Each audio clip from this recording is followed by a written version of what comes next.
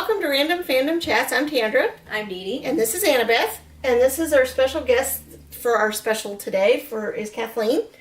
We're going to depart from our normal particular format that we use, because once in a while we do various specials on various things. This is going to be a 3-part special.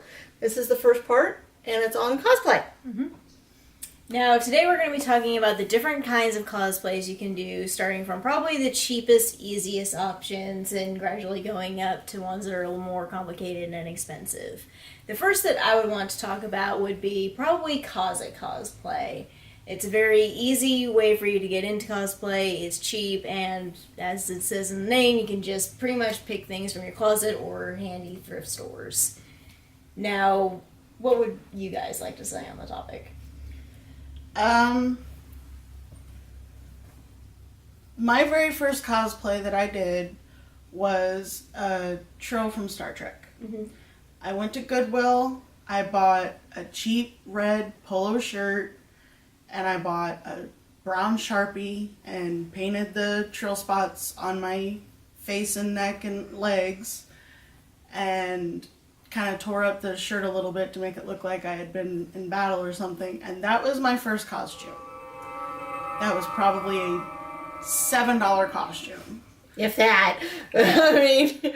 So, that was my cheapest costume by far, and it took very little work, very little effort. You didn't really need to know anything to do it, other than Trills have spots. So...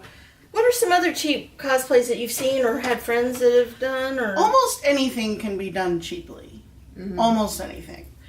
If you want to do something, you can find a way to do it in a cheap way. It just depends on how good you want it to look and how much effort you want to put into it. So that's a personal preference and, of course, personal budget issue. Right.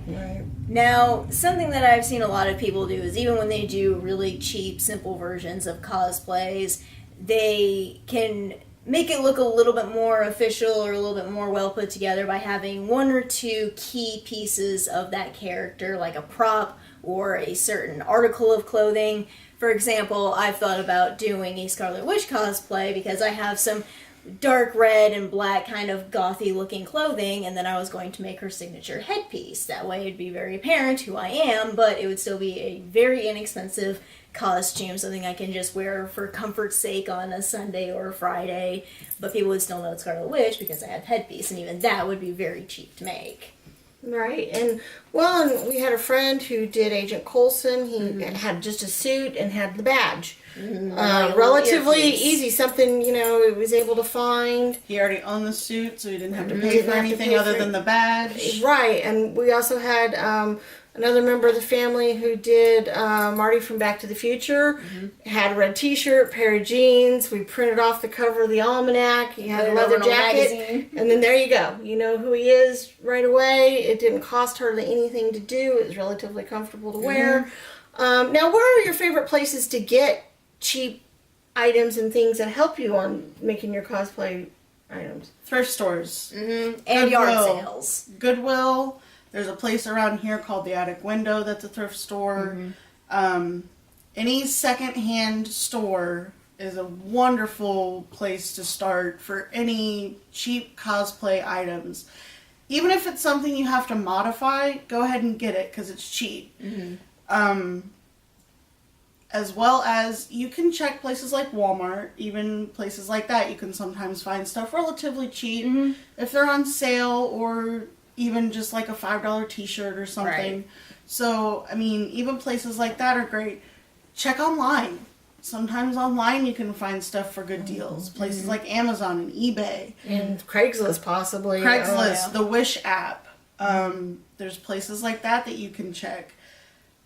I personally don't tend to shop online unless I'm looking for something very specific, but that's my personal preference. Right, and it's also good to be able to make sure that you can touch and feel the material, so make sure it's exactly what you want, make sure the color isn't off from the picture. Always check return policies. Yes. Dollar Tree, Dollar General, other dollar stores are good places to pick up small little things that might be useful. The Dollar Tree is especially good for any kinds of poster boards, pencils, markers, anything like that that's good for drafting patterns and any general like sketching, things like that. It's great for those resources. You're going to find it cheaper there than anywhere else. Right. Yeah. So for cheap cosplay, and you mentioned yard sales. Yard sales are a treasure trove of Oh my things gosh. you can find. 2 years ago, we got a crap ton of that conduit, that metal conduit stuff that It's used for electrical stuff. used for electrical stuff in businesses. We got a crap ton of that stuff For $1. for $1. And it's great for board costumes or for other Cyberpunk, other or pretty weapons. much. I mean, we don't exactly know what we're going to use it for in the future, except for maybe specifically a board costume. But we still have it, and it was cheap. And that's another good point to make too. If you happen to be out and about and you find something for $1 or $2 that looks like it could be useful Buy for it. something, buy it. Put it away, save it, you'll have it. Another good thing that you like to do a lot of times is repurpose things that you already have. Right, like, unfortunately I couldn't find it because it's buried somewhere in my many cosplay things, but I made a corset top out of old boots. She had a pair of boots that she'd gotten and the heels were coming off. You know, instead of throwing them away, she cut off the leather part of them and Yeah, used I it and made pieced them something. together, and I made this top that I used for a rogue costume, and it had some metal pieces on it, and it was actually pretty cool looking. Yeah. That's part of closet cosplay. I mean, if you have stuff in your closet that you're not wearing anymore, use it for scraps. Use it to draft a pattern. Use it to make something small. You know, it doesn't matter. You can use almost anything that you already own. So the biggest thing with that is use your imagination. Think about Right. what it is you want, what's your favorite character, what is the character you would like to do. Look at some of the different clothing they wear, the different costumes, find your favorite, and then think, how can I make this? And if you want to go cheap, think, okay, I don't have a lot of money, how can I do it cheap? And then if you have more money, what are some of the places and things that you can do if you have more money to spend? Well, there is cosplaysupplies.com. That is a great resource, especially for thermoplastics. Except for Thibra, that is an Arda Wigs exclusive.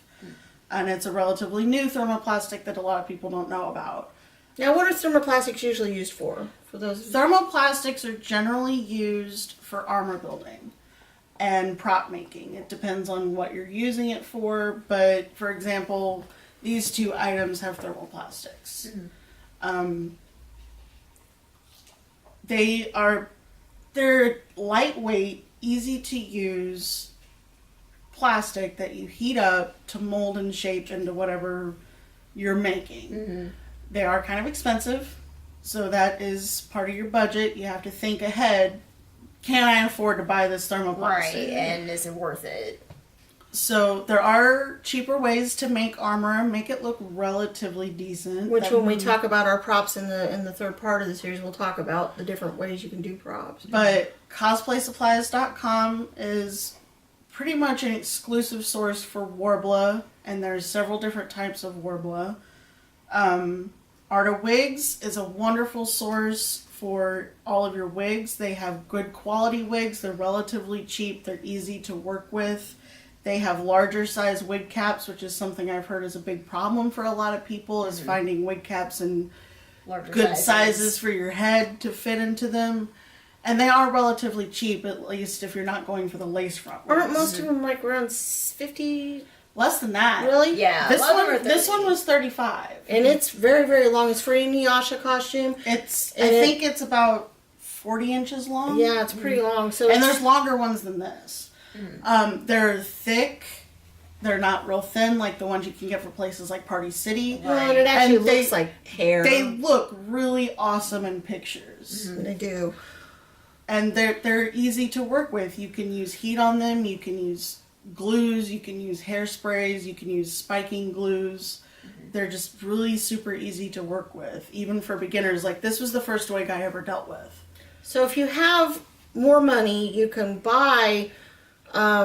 You can even buy some pre-made costumes. There are some costumes out there that are pretty much already done, and you just buy People them. are also doing commissions nowadays. Right. People So that are really if you good at have making $200 or costumes. $300 to spend on someone commissioning them. you a costume, you can go do that. Right, and that can be done.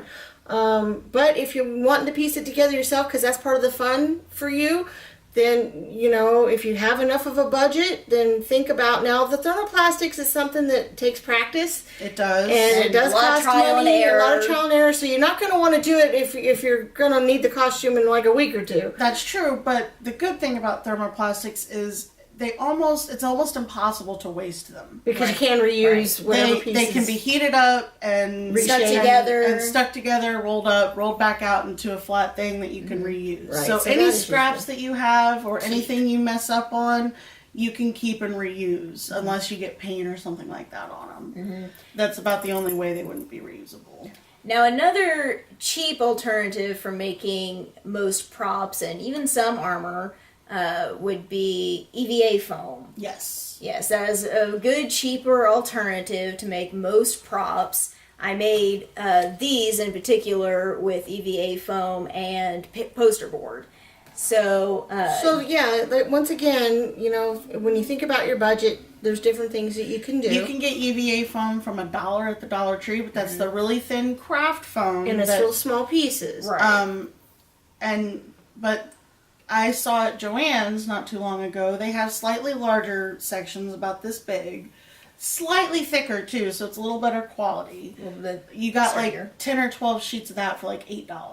That's That's not not too bad. bad. So not too bad. I personally get my EVA foam from a place called Tnt Cosplay. They sell it in multiple thicknesses. They come in sheets. They're smooth on both sides, so you don't have to mess with sanding off the diamond shape from the puzzle mats. They're Yeah. great. Okay, so I think that's going to be it for this particular episode. We still have 2 more to go, talking about different cosplay things. We are going to put some links to these different websites on here so that you can go check them out for yourself. And if you like us, please subscribe. Please tell all your friends. Please give us a thumbs up. Leave comments in the section below if you want to. And we'll see you next time. Thanks.